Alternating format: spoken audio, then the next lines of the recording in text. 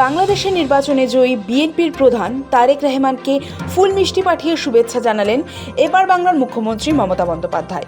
শনিবার সন্ধ্যায় বিএনপির মিডিয়া সেলের সদস্য আতিকুর রহমান সেই ফুল মিষ্টি গ্রহণ করেন।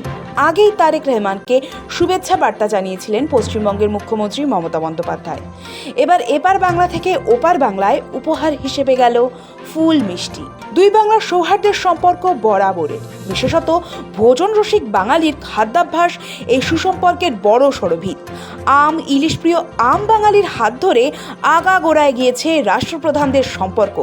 মাঝে ১.৫ বছর অন্তর্বর্তী সরকারের আমলে সেদেশে সংখ্যালঘু নির্যাতনকে ঘিরে সম্পর্ক তিক্ত হয়ে উঠেছিল, কিন্তু পদ্মা পাড়ে নবনির্বাচিত সরকারের আমলে সেই তিক্ততা ভুলে সম্পর্ক মধুর করতে উদ্যোগী এপার বাংলা।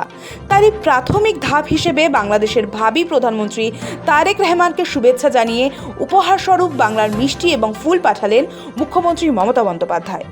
ঢাকার গুলশানে বিএনপির দলীয় কার্যালয়ে সেই উপহার পৌঁছানোর খবর নিশ্চিত করেছেন মিডিয়া সেলের সদস্যরা। দিদির এমন উপহারে যথারীতি আবেগে ভেসেছেন খালেদা পুত্র তারেক রহমান। শনিবার সন্ধ্যায় তারেক রহমানকে ফোন করেছিলেন মমতা, তবে ফোনালাপে কি কথা হয়েছে তা জানা যায়নি। তবে সৌজন্যের জায়গাটা যে শুধু একটা ফোনালাপ দিয়ে মিটে গিয়েছে এমনটা নয়, তারেক রহমানকে ফুল মিষ্টিও পাঠিয়েছেন বাংলার মুখ্যমন্ত্রী। সন্ধে 7:30 নাগাদ ফোনে কথা হয়েছে দুজনে। বাংলাদেশ সংবাদ সংস্থার মাধ্যমে জানা গিয়েছে, মুখ্যমন্ত্রী মমতা বন্দ্যোপাধ্যায়ের পাঠানো এই ফুল মিষ্টি শনিবার সন্ধ্যায় তারেক রহমানের গুলশানের কার্যালয়ে পৌঁছয়। সেই সময় কার্যালয়ে উপস্থিত ছিলেন বিএনপির মিডিয়া সেলের সদস্য আতিকুর রহমান রুমান। তিনি সেই শুভেচ্ছা বার্তা সাদরে গ্রহণ করেন। গত শুক্রবার প্রকাশিত হয়েছে বাংলাদেশের জাতীয় সংসদ নির্বাচন ও গণভোটের ফলাফল। তাতে দেখা গিয়েছে, হাসিনাহীন বাংলাদেশে চেনা বিএনপিতেই আস্থা রেখেছে জনগণ।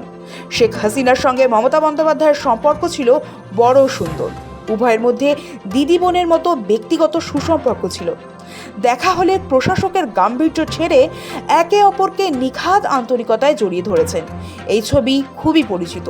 কিন্তু 2024 সালে বাংলাদেশে হাসিনা জমানা পতনের পর কূটনৈতিক কারণে সে সম্পর্কে ছেদ পড়ে। 2024 সালে গণ অভ্যুত্থানের মধ্যে দিয়ে শেখ হাসিনা ক্ষমতাচ্যুত হলে তারপর বাংলাদেশের দায়িত্ব যায় অন্তর্বর্তী সরকারের কাঁধে। প্রাথমিকভাবে মনে করা হয়েছিল কয়েক মাসের মধ্যে নির্বাচনের আয়োজন করা হবে, কিন্তু সেই আয়োজন সম্পূর্ণ হতে কেটে গেল প্রায় 1.5 বছর। দেশে ফিরে এলেন তারেক রহমানও। বাংলাদেশের 300টি আসনের মধ্যে 299টি আসনে নির্বাচন অনুষ্ঠিত হয়। তারেক রহমান নিজেই 2 জায়গা থেকে দাঁড়িয়েছিলেন। একটি হলো ঢাকা 17, অন্যটি হলো বগুড়া 6, আর 2 জায়গাতেই বিপুল ভোটে জয়ী হয়েছেন তিনি। একা বিএনপি জিতেছে 209টি আসন। শরিকদের নিয়ে তাদের মোট জয়ী আসনের সংখ্যা 212টি। তারেক রহমান ও বিএনপির এই জয়ের পরেই নিজের এক্স হ্যান্ডেলে শুভেচ্ছা বার্তা লিখেছিলেন মুখ্যমন্ত্রী মমতা বন্দ্যোপাধ্যায়। বাংলাদেশের হবু প্রধানমন্ত্রী তারেক রহমানকে ভাই বলে সম্বোধন করে তিনি লিখেছিলেন, বাংলাদেশের এই বিপুল জয়ের জন্য অভিনন্দন জানান তারেক ভাইকে, তার দলকে ও অন্যান্য দলকে। এবার পাঠালেন ফুল মিষ্টি। বাংলার মিষ্টি পাঠিয়ে এই 2 বাংলার মধ্যে মমতা ফের মিষ্টি সম্পর্কের ভিত গাঁথলেন বলেই মনে করা হচ্ছে। এর আগে হাসিনা আমলে বরাবর গ্রীষ্মে 2 দেশের মধ্যে আম বিনিময় হতো।